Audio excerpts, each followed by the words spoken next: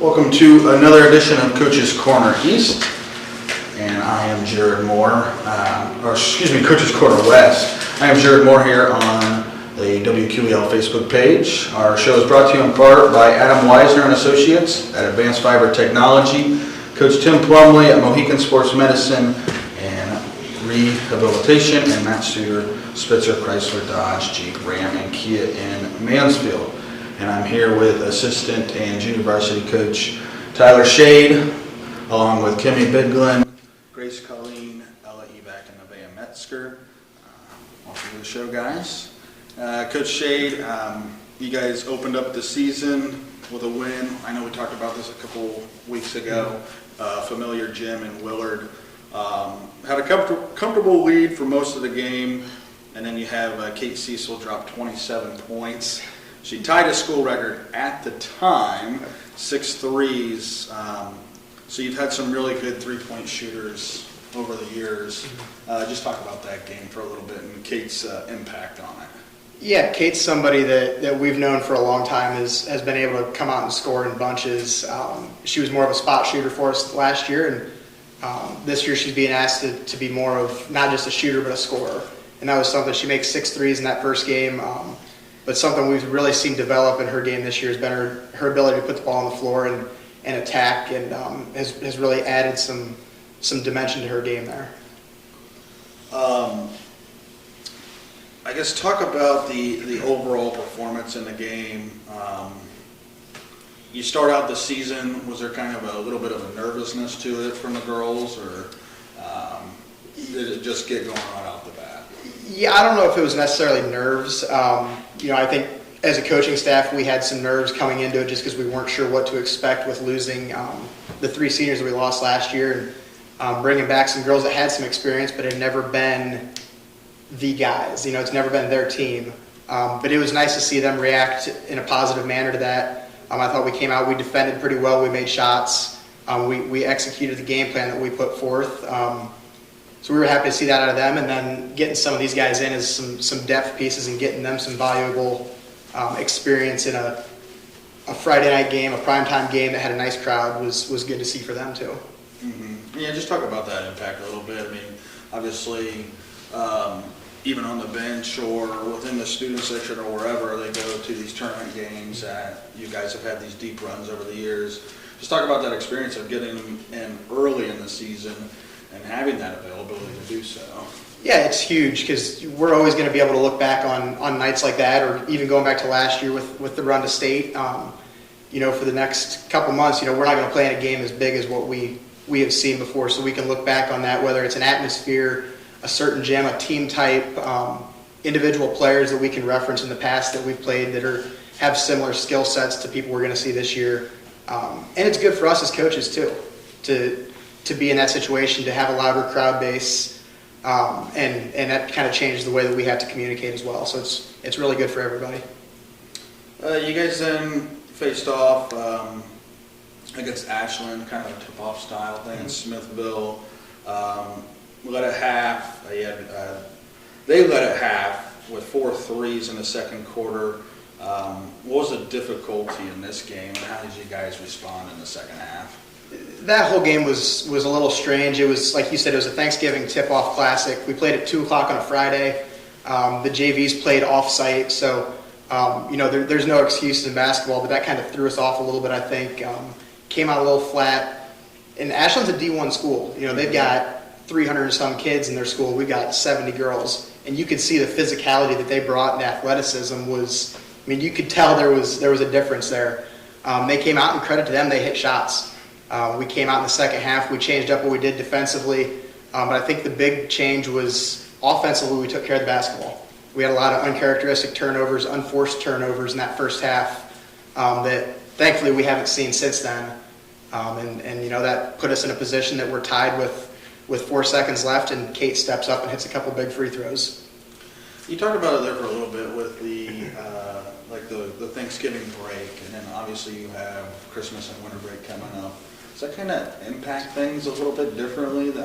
Obviously you're probably practicing earlier in the day. The games still start at the same time. Is that kind of different for you guys? Yeah, it definitely changes stuff we try to be very structured, very routine oriented as far as whether it's a home or away game. We want our girls to show up, be dressed at this time. We're going through the same pregame rituals every game, and so we tend to see a little bit more flatness out of them. Honestly, if they don't have school that day, who knows what time they're getting out of bed in the morning and what they're doing. So we can see a little bit of a lull there. But again, there's no excuses. Everybody has to deal with that stuff, and being a team that starts 5 seniors, we really rely on those 5 to kind of pick up the slack and make sure we're where we need to be mentally. You talk about the starting 5, and it just seems like everybody's kind of stepping up in different roles. You have a different leading scorer. I mean, Riley Concert against Riverdale scores 15 a few days later against Colonel Crawford, but at this point, already in the season, it seems like a variety of girls are kind of chipping in. Doesn't matter if it's points, rebounds, whatever, but it kind of seems like everybody's coming together as a team.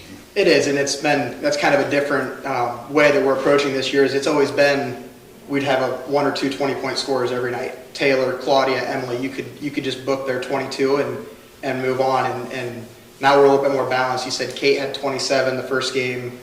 Sid had 21 the other night. Riley led us at Riverdale. Kennedy had 11 huge points against Mohawk in what has been by far her best game that she's played in her career here. Paige Colleen is somebody that can come in and score.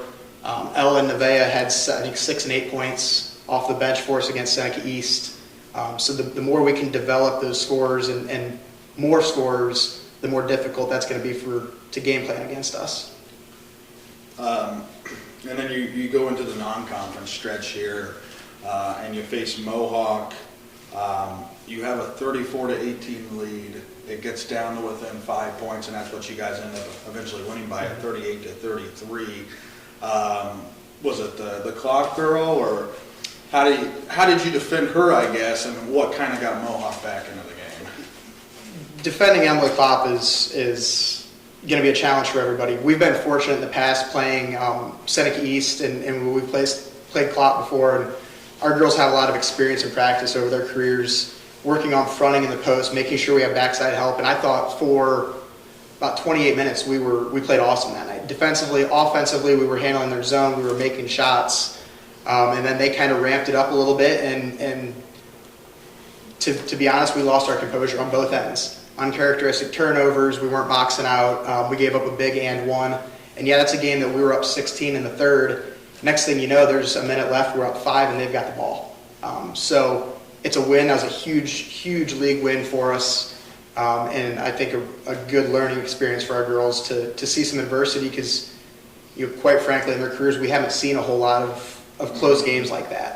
And so you talk about that adversity, and I remember Coach Capel saying last year you guys lost to Shelby, but that was a good loss, kind of moving forward off that experience. Yep, absolutely. That's the Shelby is a great example. That's a non-league game, so it doesn't hurt us in the league schedule. And listen, Shelby won the AP state championship last year for regular season. There's no shame in that loss. But that is someone that, hey, we came out, we got punched in the mouth. How do we respond from that? And I think we learned some stuff about ourselves and our girls. And I think we might not go to state last year if it's not for that Shelby loss. And then you guys roll through Seneca East. Doesn't seem like that's happened very often here recently, but Sydney Worm scores the 7 threes, the school record.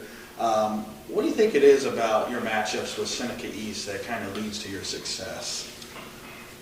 I think it comes down to a lot of things. These girls have known nothing else their entire careers except it's Buckeye and Seneca East. Whether this is playing in the 7th and 8th grade championships against each other, we've seen them 3 straight years in the district championship, obviously being league rivals, next door neighbors. Our girls are friends with their girls, or at least know them. So I think no matter what the record says this year, that's always going to be a big game for us. Our girls are going to be up for it. And we came out, we shot well, we played well. Some stuff we need to work on, but that's always a fun game for us. Reminder that our show is brought to you in part by Rob Lust at Edgefield, Animal Clinic in Marion, Matt Ramsey, John Ziegler, Drew Young, and Frank Heinlein and Associates at Bucyrus Blades, and Roger Brown at Winks Lock and Safe. And girls, we talked about kind of the overview of the past few games this year, and obviously we talk about the 5 starters, but what do you kind of guys see as your role in if you want to go ahead and, well, what's your role on the team?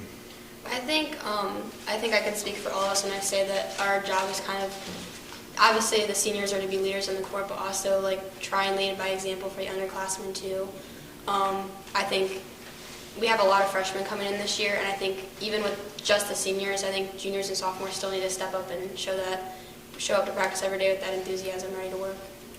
Is there like a certain senior that's kind of taken you under their wing and kind of provided that leadership specifically, or just kind of a group effort? I think they all have. They all have their own great characteristics and certain things about them that just really help pull each other up when they need it. And I think that's great that they all have those characteristics. All right. And Grace, how do you kind of assess your personal play? I think that it's our job to come into practice every day and give 110%, make them better. Do you find it harder, because I'm sure you guys are probably matching up against like Sydney and Riley and Kennedy. How does that, I'm sure that obviously makes you better at the game, but where like scouting comes into play, does that kind of put a chip on your shoulder to kind of play better? Yeah. That's okay. That's okay. What are some of the things that you think you've done well so far this year? This could be for any of you. I don't know. Because like, you guys come off the bench, obviously, but are you more of a defensive specialist? Yeah. I think me and Nevaeh, that's one of our very strong suits on the team. I think I was put out to guard really tall girls in the Willard and Mohawk game. I mean, it's just our job. That's what they want us to do. And How was it facing? Did you go in against Emily Cloud? yeah. How did that go? I mean, I don't know. I'm like a foot shorter than her. I did the best I could, I guess. It was entertaining for us to watch, if Yeah. nothing else. I mean, what is she, like 6'4", 6'2"? She's Yeah, every bit like of a foot 6'3". smaller. Yeah. Yeah, I probably wouldn't even match up well with her. So, what are some things you think you guys can improve upon? Probably communicating. Communicating is a big part of basketball, and we kind of struggle in that area. Like just talking about like if we're switching or not, or whether or not like what's happening. Do you think so far that Mohawk, I mean, obviously they kind of had that run there at the end. Do you think them or maybe Ashland, which one do you think was the tougher team? Or was there a different opponent that you think that was harder to face off against, I guess?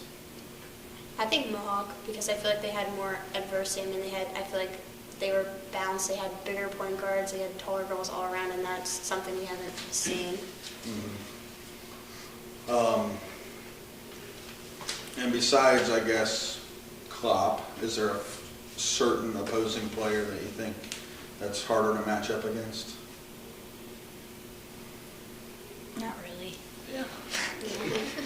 I think for us, it's going to be, anybody with size. Mm-hmm. We've seen that in the past, like I mentioned with Seneca East and Emily Klopp. And Upper's got some height and some size, and that's not our strong suit, obviously. Mm-hmm. So I think that was something that was nice for us as a coaching staff to see. Was we go back-to-back games with Colonel Crawford, who's more built like us, athletic, wants to get up and down, and I thought we played really well defensively against them. That's a Tuesday. We flip the switch to the Mohawk game 2 days later, and we're playing a team that's the exact opposite. They're big and physical, and they're going to play zone and try to pound it inside and slow the game down. So I think that was a relief for us to see as coaches that we can go from one extreme style of play to the other. And I really don't think defensively we missed a beat there. Is that where you kind of switch things up even defensively? Are you staying in a zone against them, or kind of pressing a little bit more against a team like Mohawk where they're more physical, where you do kind of want to get up and down the floor? Yeah, that's something that we're very comfortable with is our athleticism, and we like our depth pieces here that we felt with Mohawk that we could get up, we could speed them up a little bit, try to get them out of their game a little bit, but that's also going to change every game. We spend a lot of time in practice repping different presses. We primarily want to play man, but we work on zone a couple days a week, just so we always have that in our back pocket if needed. So I guess overall, how do you think you can assess this season? just as a whole, not just one game kind of focused in, but things you could kind of work on throughout the next couple of weeks? We're sitting at 6-0, which through 6 games is the best spot that we can be at. But I don't think if you ask any of these guys or the seniors or anybody else in our coaching staff, we have not played our style of basketball yet. I don't think we've played the caliber of basketball that we expect and that we kind of the standard that we hold here. I thought Mohawk, like I said earlier, we played 28 really good minutes, and then we played 4 really bad minutes. There's been some games where we've hit shots, but then maybe defensively we were lacking a little bit. Or we'll play good for a couple minute stretch, and then we'll have some poor turnovers. So some stuff to work on, but I think we have shown flashes that, hey, if we can put 32 minutes of this together, all of our goals that we set out are still ahead of us. And that's something that obviously we're working on and just trying to improve every single day. Reminder that this show is brought to you in part by Lee Plymouth at the Plymouth Insurance Group, Bucyrus and Gallion, Hannah Newton at Wendy's, Bucyrus, and Upper Sandusky at North Central State College, Mansfield, and the Crawford Success Center in Bucyrus. And Coach Shade, upcoming, you have more tough matchups on the slate. Crestview, we talked about Upper a little bit. They're a little bit down the road in Cary. Anything stick out? I guess specifically we'll focus on the next game because that's the next one upcoming here. But anything stick out about Crestview? Yeah, we're familiar with Crestview. We played them last year. That's a game that we went over there and we won fairly handily. We were feeling pretty good, and then they came out and they ripped off 16 straight wins after us. So they didn't lose a whole lot from that team. So you can see that that's a team that's going to be right there for the Firelands Conference this year. They're a young team. They've only got one senior this year with Emma Almond. She's somebody that can come out and score. It's a game that we'll definitely have to be up for. And since it'll be 3 more weeks before we get together again, but you guys go to Cedar Point again. You were there last year. Just talk about that experience. It's something that's kind of similar to the Smithville shootout that we went to. It's at Cedar Point Sports Complex. There's games all day up there. I think there's 7 or 8 games total. It's an invitational, so we tell our girls, it's an honor to be there. That's a point of pride for our program that we get the recognition to get the opportunity to play in these shootouts that most teams don't get. And we're going to play Smithville, who we saw this summer. They're big, they're physical. They beat Waynedale last week. Waynedale went to state last year in D3. So that's going to be, not to look too far ahead because we've got some huge league games before then, but that's going to be a battle for us. All right, so with that, that's going to wrap up this section of Coach's Corner West. When we come back, we'll have the boys on, and thanks for joining us tonight, and good luck at practice and the rest of the, I guess, not basketball season, but the year. Yeah, thanks for having us.